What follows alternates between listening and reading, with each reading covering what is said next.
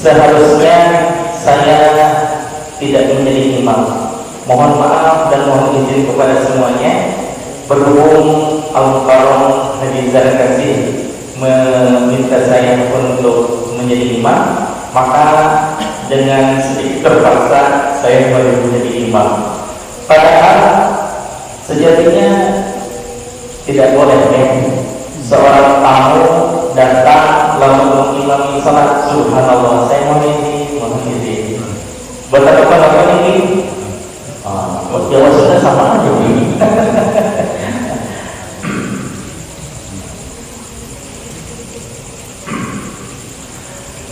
Baik, Bapak Ibu dan jemaah sekalian, saya teringat suatu kisah ketika Syekh Al-Imam Asy-Syafi'i kedatangan Tuan Guru Imam Malik. Tuan Guru Imam Malik dan Tuan Guru Imam Syafi'i ini adalah guru dan murid. Yang menjadi gurunya adalah Imam Malik dan yang menjadi muridnya adalah Imam Syafi'i. Suatu saat Imam Malik berkunjung ke kediaman Imam Syafi'i. Padahal subhanallah, ini seharusnya muridlah yang berkunjung kepada guru, namun ini karena akhlaknya yang luar biasa dari Imam Syafi'i, maka Imam Syafi'i datang berkunjung kepada Imam Malik. Namun apa yang terjadi? Sebagaimana kita ketahui bahwa Imam Syafi'i itu adalah mujtahid yang mentakwakan bahwa qunut ba'da subuh adalah suatu amaliyah yang tidak pernah ditinggalkan oleh Rasulullah SAW. Namun apa yang terjadi ketika beliau mengimami subuh, sebelum rukuk beliau mengangkat tangan, Allahumma hdina fi man hadait wa 'afina fi man 'afait. Habis itu langsung rukuk.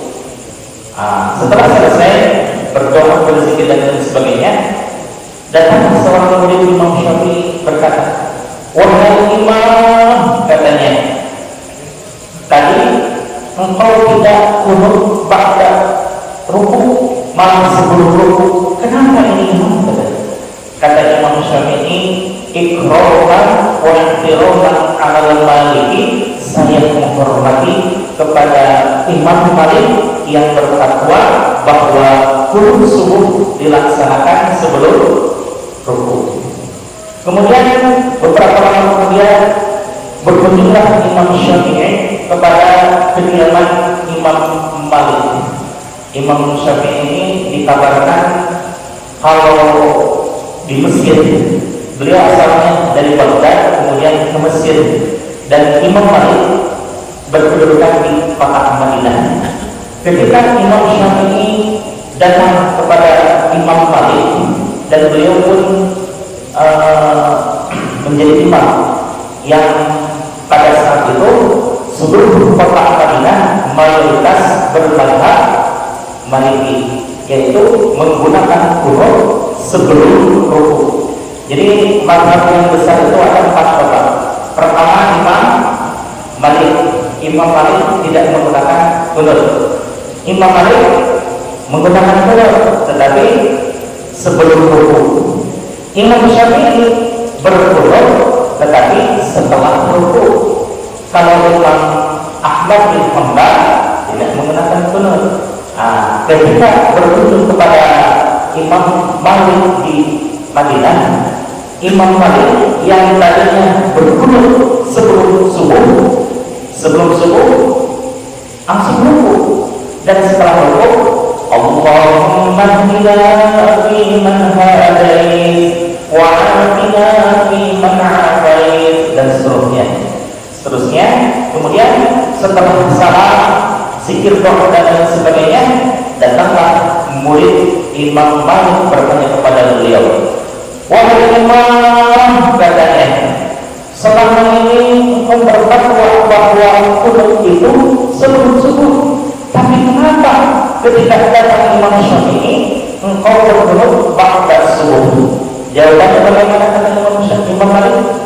Sama. dengan jawaban Imam Syafi'i, yaitu ikraman wa ihtiraman ala Syafi'i, saya menghormati dan memuliakan Imam Syafi'i yang berfatwa bahwa qunut itu dilaksanakan setelah rukun.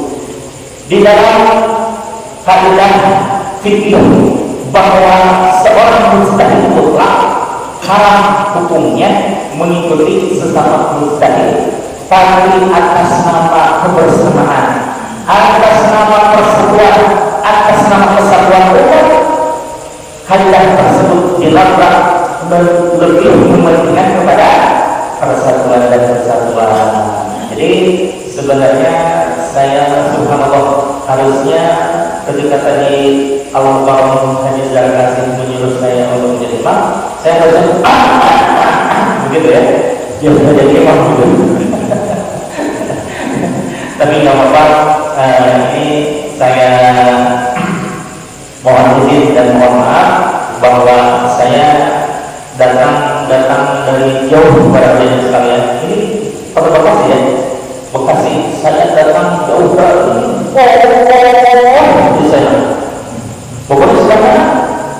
Bogornya bapak ke situ, nanti ada perumahan belok, nah itu perumahan saya, McLaren di Bogor dan Bekasi hanya bisa oleh perbatasan gitu ya. Baik Bapak hadirin jemaah sekalian, waduh dulu ya. Bapak Ibu hadirin jemaah sekalian, untuk pertemuan kali ini saya mengambil sebuah tema umum, yakni antara Islam dan ilmu pengetahuan. Bagaimana Islam dan bagaimana itu pengetahuan di dalam kaidah Islam. Maka saya rangkum keilmuan yang begitu luas tak terhingga di dalam satu judul yang berjudul Islam dan ilmu pengetahuan. Baik, di sini diawali mana ini? Bahwa kajian kita diawali dengan surah Al-Imran ayat 190 sampai 191 yang bunyinya sebagaimana mungkin di antara kita sudah familiar ya dengan ayat yang 191 dan 190 yang diawali dengan inna fi khalqis samawati wal ardh, bahwa di antara penciptaan langit dan bumi, wa ikhtilafil laili wan nahar, dan pergantian antara malam dan siang, la ayatin li ulil albab, merupakan tanda-tanda bagi orang-orang yang termasuk golongan ulul albab. Pertanyaannya adalah apa itu ulul albab dan apakah kita termasuk dengan ulul albab? Kira-kira hebat kalau seandainya Allah menyuruh seseorang dengan ulul albab, kita yang termasuk dari seluruh Allah tidak? Apakah kita termasuk ulul albab? Lalu apa ulul albab? Kemudian dijelaskan oleh Allah di dalam ayat selanjutnya. Alladzina, saya garis bawah dulu. Alladzina tersebut merupakan jawaban dari pengertian siapa itu ulul albab. Maka alladzina yang disebut dengan ulul albab adalah alladzina ialah orang-orang yadhkurunallaha, yang berzikir kepada Allah Subhanahu wa taala. Apakah ketika kita berzikir harus menggunakan tasbih gitu? Atau harus menggunakan jubah gitu? Atau harus menggunakan kuda-kuda gitu? Tidak ya. Ketika seseorang mengingat Allah itu secara langsung kepada Allah, atau juga melihat makhluk-makhluk Allah lalu beringat kepada Allah, seperti halnya kita melihat pohon-pohon, entah itu bunga-bunga atau buah-buahan, ketika turun hujan airnya sama, kemudian kita membeli pupuk-pupuknya sama, kemudian mereka tumbuh itu tumbuh di tanah yang sama. Tapi ketika air hujan meresap ke dalam pohon mangga, maka di antara buah-buahan ternyata berbeda-beda. Kalau menurut ke pohon mangga, buahnya menjadi manis. Kalau menurut ke pohon asam, rasanya menjadi asam. Kalau menurut ke pohon cabai, rasanya hasil apa pedas itu? Pedas gitu ya. Nah, itu airnya air yang sama, cahaya matahari yang sama, tanahnya tanah sama, pupuk yang sama. Tapi kenapa ketika menurut berbagai pohon rasanya berbeda-beda? Subhanallah, inilah tanda-tanda kekuasaan Allah. Kita melihat lagi antara kucing dengan sapi. Kucing sekali beranak berapa Pak? 5, 6, 7 gitu ya. Dan siklus dari hamil 1 ke hamil 2 berapa lama? Cuma perlu waktu 3 bulan setengah. 3 bulan setengah melahirkan, agak beda sedikit, hamil lagi, bunting lagi, banding lagi, bunting lagi. Jadi dalam setahun itu 4 kali beranak. Kalau 4 dikali 5 saja, 4 kali 5 sama dengan 20. 1 ekor setahun kemudian bisa menjadi 25 ekor anaknya, plus hidupnya jadi 26 ekor. Seharusnya 2 tahun kemudian jadi berapa? 50. 3 tahun kemudian 75, mungkin 100 berikut anak-anak dan cucu-cucunya melahirkan, betul? Dalam 3 tahun bisa berjumlah 100. Pertanyaannya adalah, pernahkah Bapak melihat suatu tempat yang dipenuhi dengan kucing? Padahal kucing tidak pernah disembelih, tapi karena saking takutnya, kalau seandainya ada yang ketabrak misalnya, biasanya melakukan ritual-ritual tertentu. Kenapa Pak melakukan itu? Biar gak sial katanya. Betul ya? Bandingkan dengan seekor sapi. Sapi sekali beranak berapa ekor? 1. Dan siklus antara bunting 1 ke bunting 2 berapa lama? 2 tahun. Hamilnya saja, buntingnya saja 10 bulan. Kemudian dari melahirkan sampai bunting kembali itu 1 tahun. Berarti 1 tahun hampir 2 tahun ya. 2 tahun sapi beranak seekor. Berarti untuk 4 tahun sapi menjadi 3 ekor atau 4 ekor. Betul? Tapi sapi padahal disembelih tiap hari, disembelih tiap bulan, disembelih tiap tahun, apalagi musim kurban, betul ya? Sampai disembelih. Tapi pernahkah Bapak melihat suatu daerah kekurangan sapi? Belum pernah. Yang ada itu kekurangan uang untuk membeli daging sapi, betul ya? Nah, itulah tanda-tanda kekuasaan Allah. Subhanallah, ya. Kita melihat bintang, subhanallah. Bumi ini kalau kita merasa besar karena ada di bumi, tapi kita melihat tata surya yang selanjutnya, maka melihat subhanallah, dibandingkan dengan miliaran bintang-bintang yang lainnya, ternyata bumi hampir tidak kelihatan, bahkan tidak kelihatan sama sekali dibandingkan dengan bintang-bintang yang lainnya. Padahal surya yang sedemikian luas dan besarnya, bagi Allah itu hanya sekedar main-main belaka. Karena itu adalah permainan kecil bagi Allah Subhanahu wa Ta'ala. Bagi kita maha besar, apalagi melihat dan Allah luar biasa, Allahu Akbar. Maka di saat itulah kita berikrar bahwa Allah yang Maha Besar, kita kecil semuanya di hadapan Allah.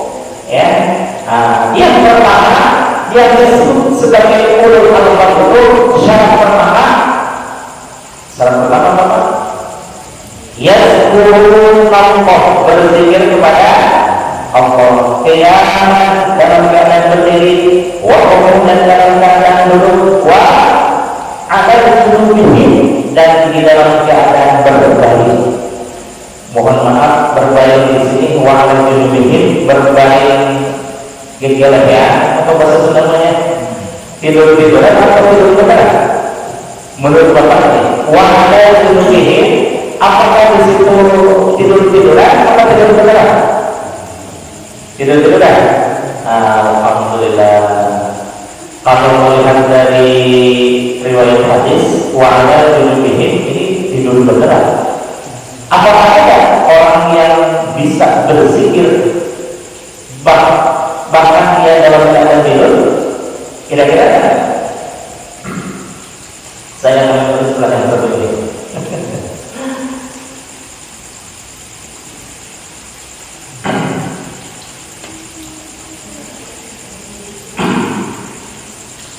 Nabi Muhammad SAW pernah menyatakan, "Nama'ani walam yanam qalbi." Mata saya pernah berjalan ketika saya tertidur. Semua organ-organ tubuh Nabi beristirahat kecuali dua, dan kecuali tiga ya. Pertama apa? Jantung diistirahatkan. Yang tetap bekerja adalah paru-paru. Yang selanjutnya adalah dimensi qalbiyah berupa qalbu. Apa qalbunya senantiasa bekerja ketika Nabi sedang tidur? Bekerja. Bagaimana bekerja yang qalbu ketika sedang tidur? Tadi disampaikan, nama ini walam yanam qalbi, dua kata saya terkerja di saat hati saya, hati saya tetap senantiasa baik itu Allah, berhubungan dengan Allah dalam artian berzikir kepada Allah. Memang ada orang yang berzikir kepada Allah? Ada. Al-Anbiya wal Awliya, para nabi seluruhnya yang berjumlah 124.000 nabi, dan juga al-awliya, para awliya. Saya alhamdulillah ditakdirkan oleh Allah Subhanahu wa taala bertemu dengan seseorang yang beliau bisa berzikir di dalam keadaan tidur. Bagaimana zikirnya? Bahwa ketika saya di Malaysia tahun 2016 saya bertemu dengan Tuan Guru Zuki. Tuan Guru Zuki ini pernah mondok di Indonesia selama 6 tahun. Waktu beliau mondok di Indonesia dipanggil oleh Tuan Guru, guru saya ya. Jadi Tuan Guru saya dengan Tuan Guru Zuki sama gitu ya. Kata Tuan Gurunya, "Zuki, sini," katanya. "Mari kita ngobrol sebentar, tapi bahwa jadwal tidur, karena ini ulamanya Sunda ya, saya punya Pakarsa. Tidur Pakarsa itu jam 9. Ketika jam 9 ngobrol jadi gitu ya. Mungkin apa itu bahasa sopannya agak ngerek sedikit. Apa? Ngerek aja, punya bahasa Sunda ngerek, tapi sedikit aja. Menandakan bahwa beliau tertidur pulas. Ketika Kiai Zuki melihat bahwa gurunya tertidur, beliau mau beranjak ya Pak, mau beranjak ke asrama gitu. Saat beliau beranjak, tiba-tiba hening suasana. Kemudian terasa bahwa tidak ada suara apapun selain detak jam tak, kan biasa beda tak tak tak, dan tiba-tiba terdengar suara zikir gurunya, Allah, Allah, Allah. Padahal beliau ngereknya masih terdengar di antara dengkuran kecil, terdengar Allah padahal mulutnya tidak pernah bergerak, hanya qalbunya. Kata Al-Zuhri, baru kali itu saya melihat kebenaran sebuah hadis Rasulullah SAW nyata di dalam pandangan saya, gitu ya. Nah, bagaimana kalau saya, gitu ya? Kalau saya mah jangankan zikir sambil tidur, bahkan di dalam zikir pun kadang saya seperti itu. Bapak begitu nggak? Oh, berarti kita sama-sama wali-wali daya, gitu ya? Belum wali rumah, gitu. Baik, nomor kedua, wa yatafakkaruna fi khalqis samawat. Bahwa disebut dengan ulul albab adalah orang yang senantiasa berpikir menggali rahasia-rahasia alam, menggali rahasia-rahasia ketuhanan, sehingga connected antara qalbu dengan sang khalik dan ilmu pengetahuan bersinergi dengan ketauhidan, sehingga menjadi satu dan menjadi ilmu pengetahuan yang bertakutan lurus, gitu ya. Jadi kalau disederhanakan bahwa ada perbedaan antara zikir dengan fikir, sebagaimana pernyataan Allah di dalam surah Ali Imran ayat 191. Yang pertama, alladzina yadhkurullah. Kalau berzikir itu alladzina yadhkurullah qiyaman wa ala qu'udan wa 'ala junubihim. Berpikir, berzikir ini sama-sama dimiliki oleh seorang ulul albab. Yang berpikir itu wa yatafakkaruna fi khalqis samawat. Tidak bisa kita memisahkan antara zikir dengan fikir. Kalau berzikir, lepaskan dulu fikirnya, dalam artian tidak terlalu memikirkan apa yang diucapkan, tapi yang penting qalbunya pakai itu Allah.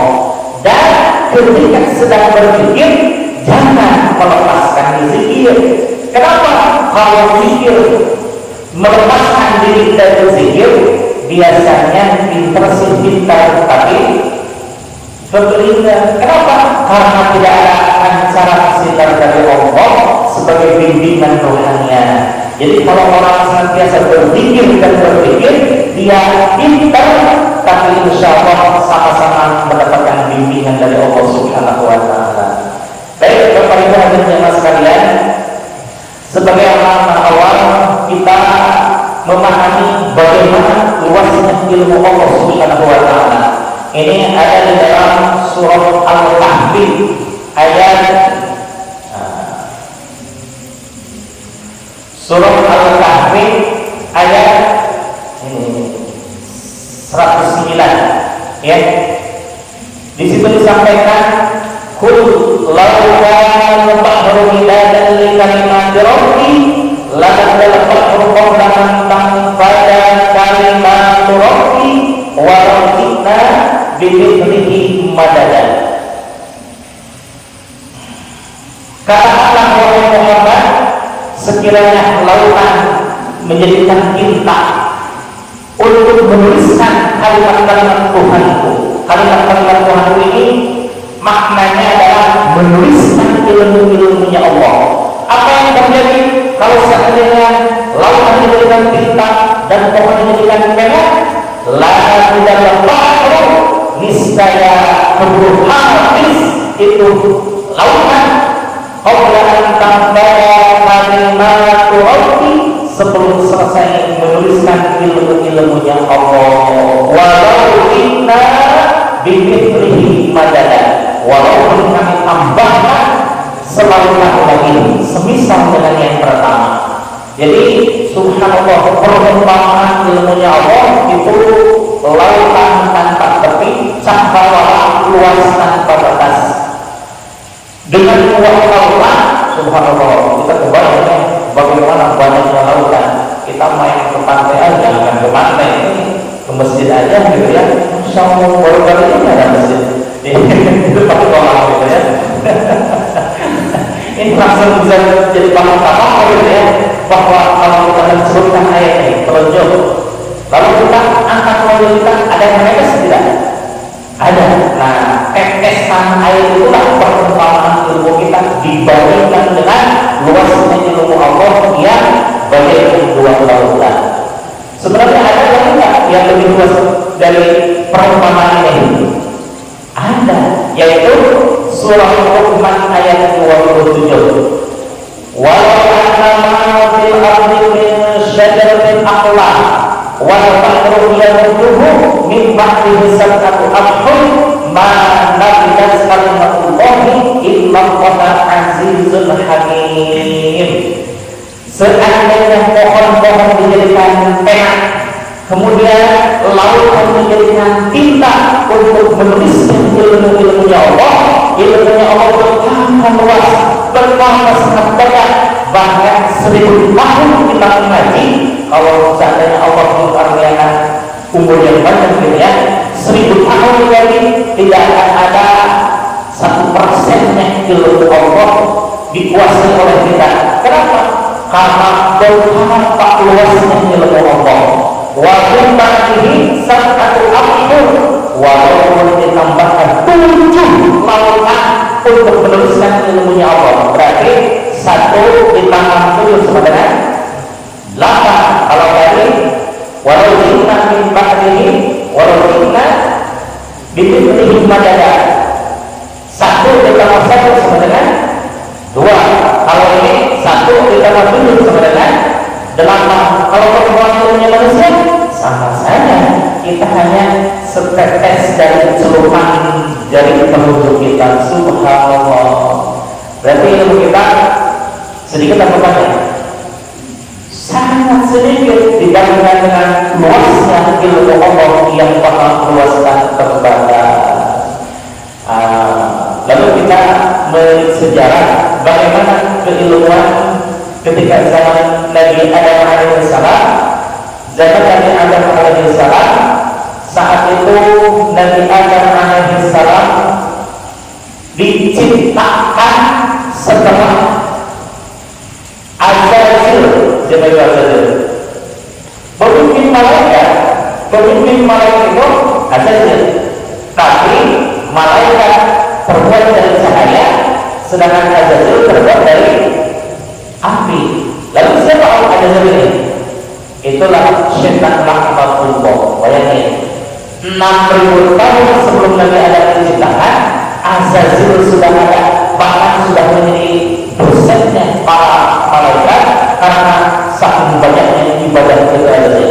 Tapi ketika Allah memerintahkan kepada malaikat, wa idh qala rabbuka lil malaikati isjudu fasajadu li Adam illa iblis. Ketika Allah Subhanahu wa taala memerintahkan kepada para malaikat untuk bersujud kepada Nabi Adam, dalam artian sujud di situ bukan sujud di ibadah, tapi sujud lil hurmah, untuk menghormati Nabi Adam alaihissalam. Fasajadu, maka semua malaikat pada bersujud illa iblis, kecuali iblis laknatullah. Ya, kenapa? Aba wastakbar. Dia merasa enggan dan merasa bahwa dia lebih baik daripada yang lainnya, lebih baik daripada malaikat, bahkan lebih baik daripada Nabi Adam alaihissalam. Si setan, si Azazil ini pernah protes kepada Allah, ya Allah, kalau Allah juga atau Adam dong yang menghormat saya. Kenapa? Adam itu anak kemarin saya, sedangkan saya 6000 tahun yang lalu sudah Engkau ciptakan dan aku beribadah kepada ya Allah. Kata siapa? Si Azazil. Tapi runtuh itu kesalahan si Azazil, runtuh kebaikan dan ibadahnya si Azazil karena merasa aba wastakbar, merasa enggan untuk melaksanakan perintah Allah dan merasa dirinya lebih hebat dari orang lain. Ya. Nah, padahal Nabi Adam alaihissalam ibadah dulu, kemudian melaksanakan suatu amal yang belum, kemudian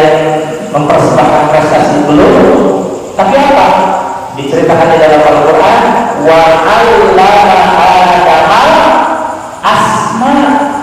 Allah mengajarkan kepada Nabi Adam akan nama-nama benda-benda, hanya itu saja. Subhanallah.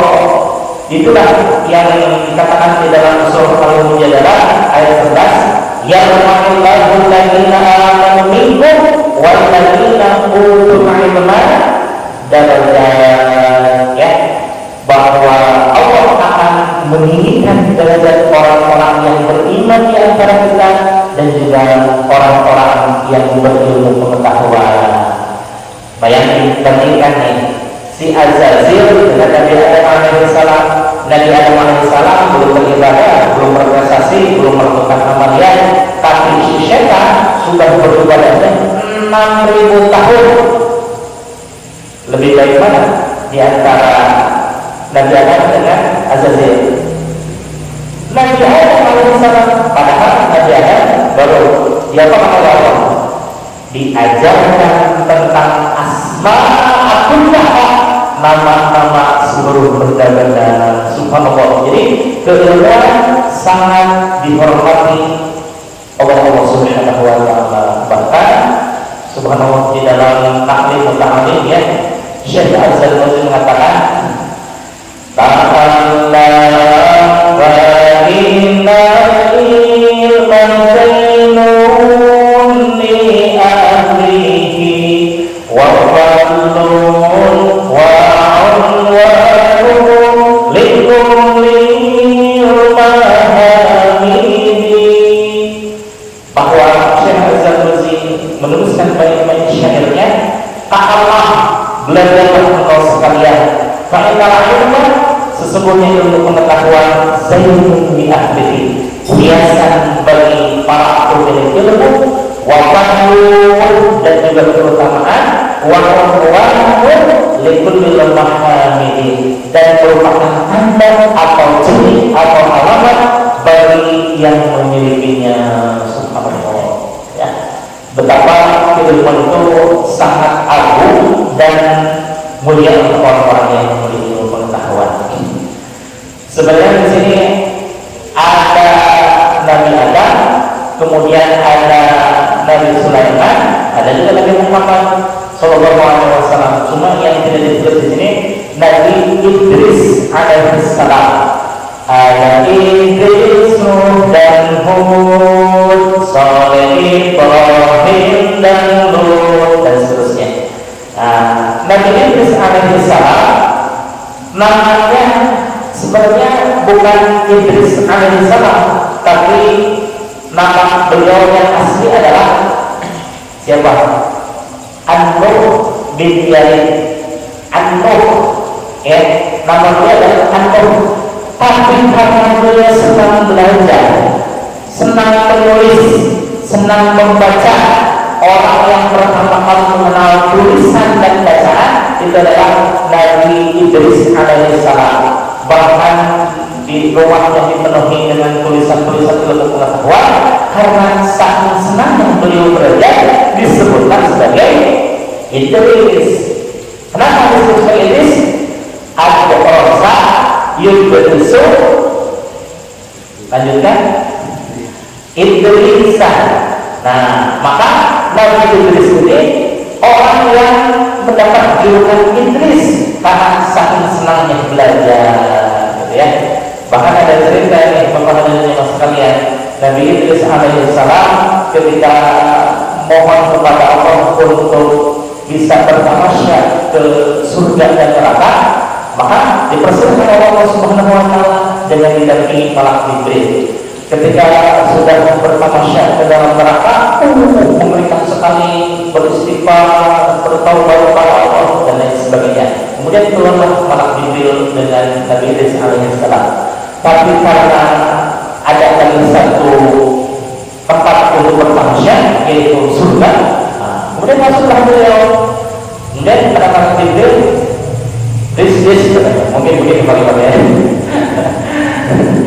Ini udah waktunya nih pulang nih, Allah sudah mengizinkan sampai jam sekian. Allah ayolah kata Nabi Idris mempersilahkan Pak Jibril keluar.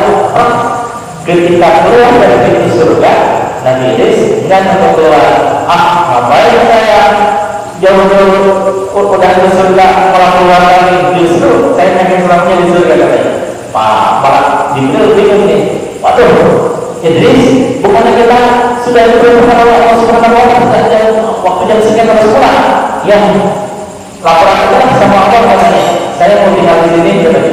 Lalu laporlah Jibril alaihissalam kepada Allah, ya Allah, Nabi yang bernama atau Nabi Idris tidak mau keluar dari surga ya Allah, karena itu.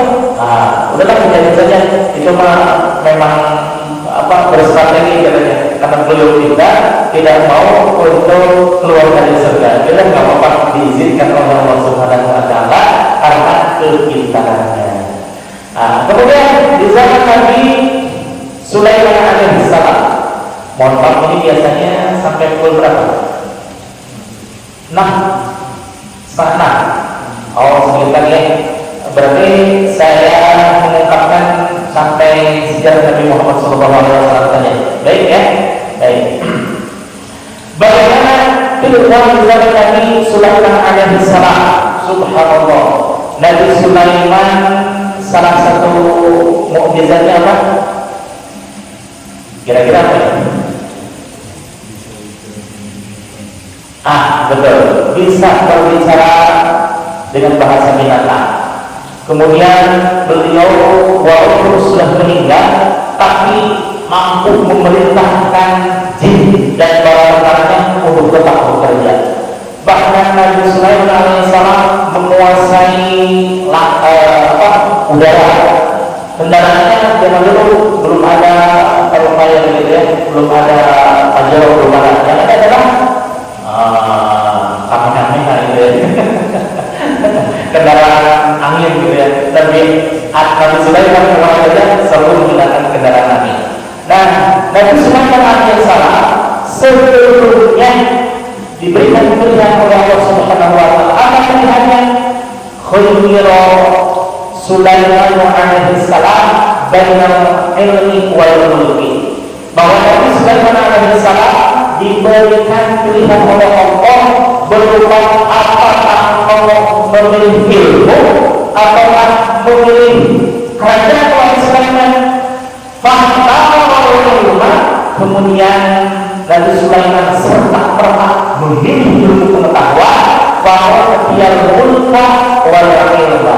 Tapi karena keberkahan ilmu pengetahuan tersebut, Nabi Sulaiman diberikan ilmu yang diberikan kerajaan.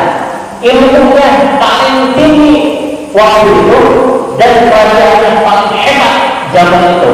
Kerajaan manusia, kerajaan jin, kerajaan para binatang semuanya untuk di bawah kekuasaan Nabi Sulaiman alaihissalam. Kira-kira ini berkah dari apa Pak? Berkah dari ilmu. Coba kalau seandainya Nabi Sulaiman memilih kerajaan misalnya, jadi raja sudah raja, tapi tidak berilmu, apa yang terjadi? Ya, gimana gitu ya? Ditanya mana ini nggak ngerti, karena masa itu nggak paham, artinya ya gitulah. Tapi kalau beliau memiliki ilmu pengetahuan, diberikan ilmu, diberikan kerajaan, diberikan harta, diberikan kekuasaan karena memilih ilmu pengetahuan. Alhamdulillah, bapak-bapak dan ibu sekalian, sebenarnya sama Allah diberikan pilihan ya. Apakah bulan-bulan dari berjamaah subuh ini mau makan, silakan. Tuhan buka, mau mandi silahkan, Tuhan buka, mau tiduran boleh, walaupun sebaiknya jangan. Atau memilih tali, bapak-bapak hadirin sekalian, memilih tali, maka mudah-mudahan insya Allah Allah berikan kemuliaan kepada bapak-bapak sekalian. Amin ya Allah ya Rabbal alamin. Sedikit lagi, bagaimana keilmuan zaman Nabi Muhammad SAW. Subhanallah, banyak hadis dan makalah para ulama dari antara para sahabat yang mengungkapkan tentang kemuliaan ilmu pengetahuan. Salah satunya antaranya man taqala, siapa orang yang pergi ke suatu tempat lihat Allah ilman dengan niat mencari ilmu, ghufira lahu qabla an